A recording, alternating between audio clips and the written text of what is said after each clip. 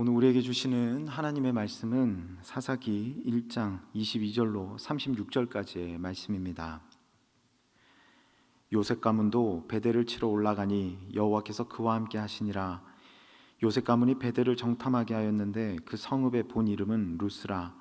정탐꾼들이 그 성읍에서 한 사람이 나오는 것을 보고 그에게 이르되 청하노니 이 성읍의 입구를 우리에게 보이라. 그리하면 우리가 내게 선대하리라 하매 그 사람이 성읍의 입구를 가리킨지라.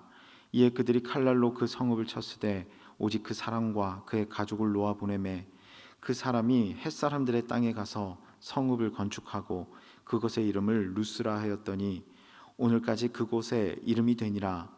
므낫세가 베스안과 그의 딸린 마을들의 주민과 다하낙과 그의 딸린 마을들의 주민과 돌과 그의 딸린 마을들의 주민과 이블람과 그의 딸린 마을들의 주민과 무깃도와 그의 딸린 마을들의 주민들을 쫓아내지 못하매 가나안 족속이 결심하고 그 땅에 거주하였더니 이스라엘이 강성한 후에야 가나안 족속에게 노역을 시켰고 다 쫓아내지 아니하였더라. 에브라임 게셀에 거주하는 가나안 족속을 쫓아내지 못하매 가나안 족속이 게셀에서 그들 중에 거주하였더라. 스불론은 기드론 주민과 나할롤 주민을 쫓아내지 못하였으므로 가나안 족속이 그들 중에 거주하면서 노역을 하였더라. 아셀이 악고 주민과 시돈 주민과 알랍과 악십과 헬바와 아빅과 르흡 주민을 쫓아내지 못하고 아셀 족속이 그 땅의 주민 가나안 족속 가운데 거주하였으니 이는 그들을 쫓아내지 못함이었더라. 납달리는 베세메스 주민과 베다낫 주민을 쫓아내지 못하고 그 땅의 주민 가나안 족속 가운데 거주하였으나 베세메스와 베다낫 주민들이 그들에게 노역을 하였더라. 아모리 족속이 단 족속을 산지로 몰아놓고 골짜기에 내려오기를 용납하지 아니하였으며 결심하고 헤레스 산과 아얄론과 사알빔에 거주하였더니 요셉의 가문의 힘이 강성함에 아모리 족속이 마침내는 노역을 하였으며 아모리 족속의 경계는 아그라빔 비탈의 바위부터 위쪽이었더라. 전조라는 단어가 있습니다. 비슷한 말로는 징조, 조짐을 들 수 있는데요. 이는 무슨 일이 일어나기 전에 나타나 보이는 기미를 뜻하는 단어로서 전조에 어떻게 반응하느냐에 따라서 그 결과는 달라질 수도 있습니다. 일례로 삼풍 백화점이 붕괴하기 전 건물에 균열이 가고 이상한 소리가 나는 등의 전조가 있었다고 합니다. 또한 인도네시아 쓰나미 때도 곤충들이 대거 이동하는 그러한 전조가 있었다고 하는데요. 만약 그 전조에 적절하게 반응만 하였더라도 피해를 줄일 수 있었겠다라는 생각을 해봅니다. 오늘 우리가 함께 읽은 본문은 출애굽한 이스라엘 백성들이 하나님의 은혜로 가나안 땅에 입성한 후 지파별로 땅을 분배받고 그 땅을 차지하는 과정을 설명합니다. 요셉 가문의 베델 정복을 시작으로 므낫세 지파, 에브라임 지파, 스불론 지파, 아셀, 납달리, 단 지파까지 지파들의 정복 모습이 이제 설명되는데요. 여호와의 목전에서 악을 행하였더라라는 이 짧은 문장으로 요약 정리할 수 있는 사사시대의 시작이 되는 오늘 본문이 사사시대 이스라엘 백성의 전조, 즉 하나님 앞에서 악을 행하는 이스라엘 백성들의 불순종의 전조를 설명하고 있음을 우리는 기억해야 합니다. 성도님들과 함께 본문 25절을 한 번 더 보길 원하는데요. 본문 25절입니다. 그 사람이 성읍의 입구를 가리킨지라. 이에 그들이 칼날로 그 성읍을 쳤으되 오직 그 사람과 그의 가족을 놓아 보내매. 저는 본문 가운데서도 이 25절의 말씀을 묵상하면서 무슨 생각을 했냐면 세상에 눈이 가고 하나님의 것이 눈에 들어오지 않는 전조가 보이는 그때 우리는 긴장할 필요가 있겠구나라는 묵상을 해보았습니다. 본문의 내용만 놓고 보면 지파들의 행동은 참 보기 좋습니다. 그들에게서 긍휼함도 보이고 연합도 보이고 동행하는 그런 모습도 보이기 때문입니다. 본문 24절입니다. 정탐꾼들이 그 성읍에서 한 사람이 나오는 것을 보고 그에게 이르되 청하노니 이 성읍의 입구를 우리에게 보이라. 그리하면 우리가 내게 선대하리라 하매. 요셉 가문이 베델을 치러 올라갔을 때 정탐꾼들은 성읍의 입구를 찾지 못하고 있었습니다. 그때 마침 성읍에서 나오는 한 사람을 보고 그에게 도움을 구하며 계약을 제시합니다. 성읍의 입구를 가르쳐주면 후에 너를 선대하겠다라는 계약입니다. 그의 도움으로 베델을 정복한 요셉 가문은 후에 그와 그의 가족들을 살려주고 그 족속을 유지할 수 있도록 허락합니다. 이어서 30절입니다. 스불론은 기드론 주민과 나알로 주민을 쫓아내지 못하였으므로 가나안 족속이 그들 중에 거주하면서 노역을 하였더라. 스불론 지파는 원래 살고 있는 가나안 족속을 노예로 삼기는 했으나 그들의 터전을 빼앗지는 않고 그들의 목숨을 빼앗지는 않았습니다. 이어서 본문 32절입니다. 아셀 족속이 그 땅의 주민 가나안 족속 가운데 거주하였으니 이는 그들을 쫓아내지 못함이었더라. 아셀 지파는 오히려 가나안 족속 가운데에서 거주하며 그들과 동행하는 삶을 선택합니다.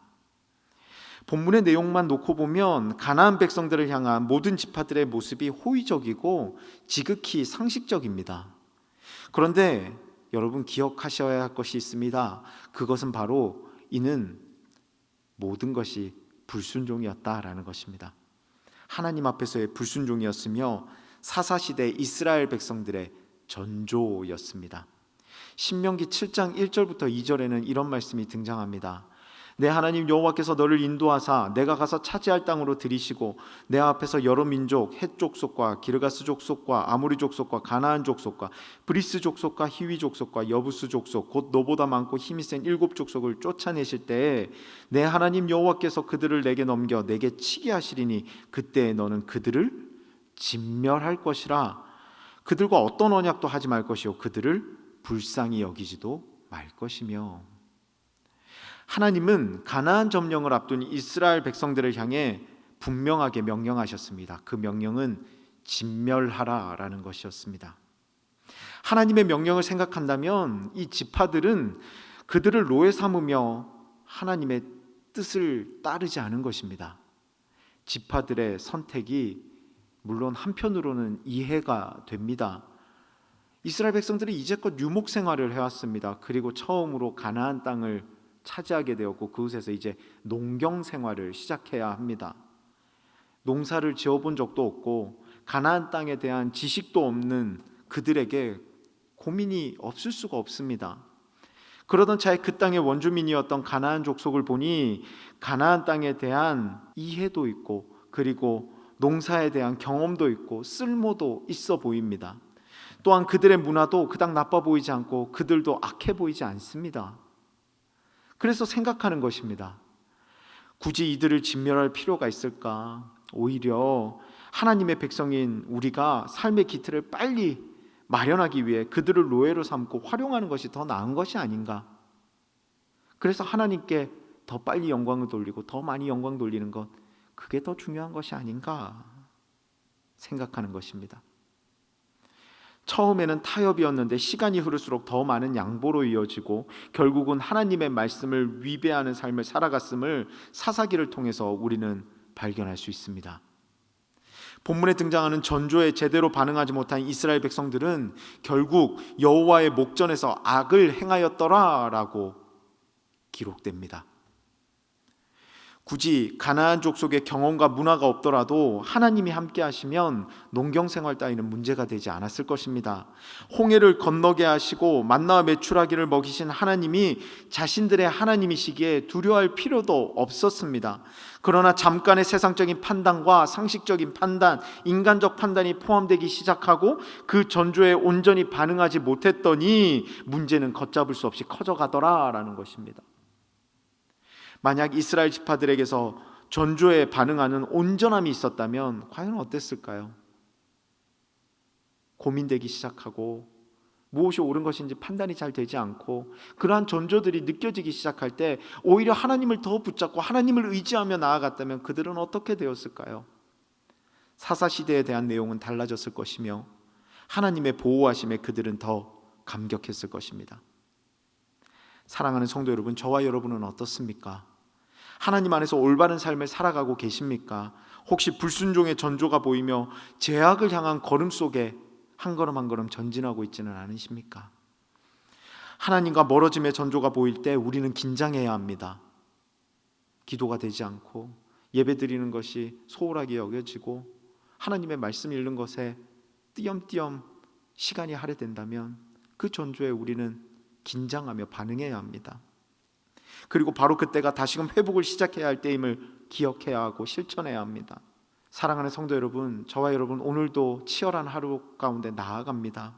바라기는 하나님을 멀리하는 것에 대한 전조가 느껴진다면 그것에 온전히 반응하여 순간순간의 유혹 속에서도 더욱 굳건함으로 승리를 경험하는 저와 여러분의 축복된 귀한 삶이 되시기를 주님의 이름으로 축원합니다. 이 시간 우리에게 주신 말씀을 기억하며 함께 기도하며 나아갑시다. 주님, 우리는 연약합니다. 그래서 세상 가운데 하나님을 멀리하려는 모습이 보일 때가 있습니다. 전조가 느껴질 때가 있습니다. 그러할 때 깨닫게 하여 주시고 다시금 하나님을 향한 시선을 맞출 수 있는 우리 모두가 되게 하시고 오늘 한날의 삶이 될 수 있도록 인도하여 달라고 오늘 우리에게 주신 말씀을 기억하며 함께 합심으로 기도하며 나아가길 원합니다. 기도하겠습니다. 사랑과 은혜가 충만하신 하나님 아버지에게 감사를 드립니다. 오늘 말씀을 통하여 우리가 어떠한 삶을 살아가야 하며 유혹 많은 세상 가운데서 전조가 느껴질 때 우리가 해야 할 것이 무엇인지를 깨닫게 하시니 감사를 드립니다. 이스라엘 지파들은 연약했습니다. 그들은 하나님을 의지하며 하나님을 바라보아야 함에도 그들은 그러한 것에 소홀함을 느끼고 자신들의 판단과 생각대로 움직였고 그 결과 그들의 삶은 온전치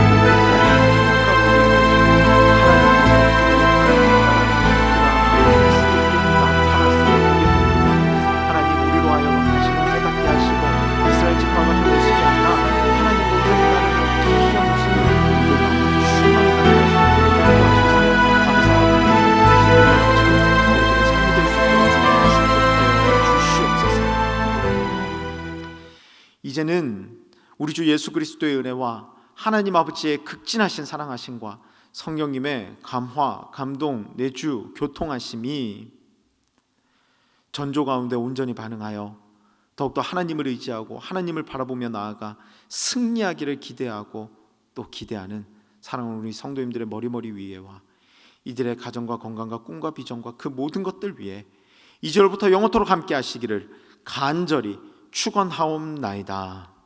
아멘.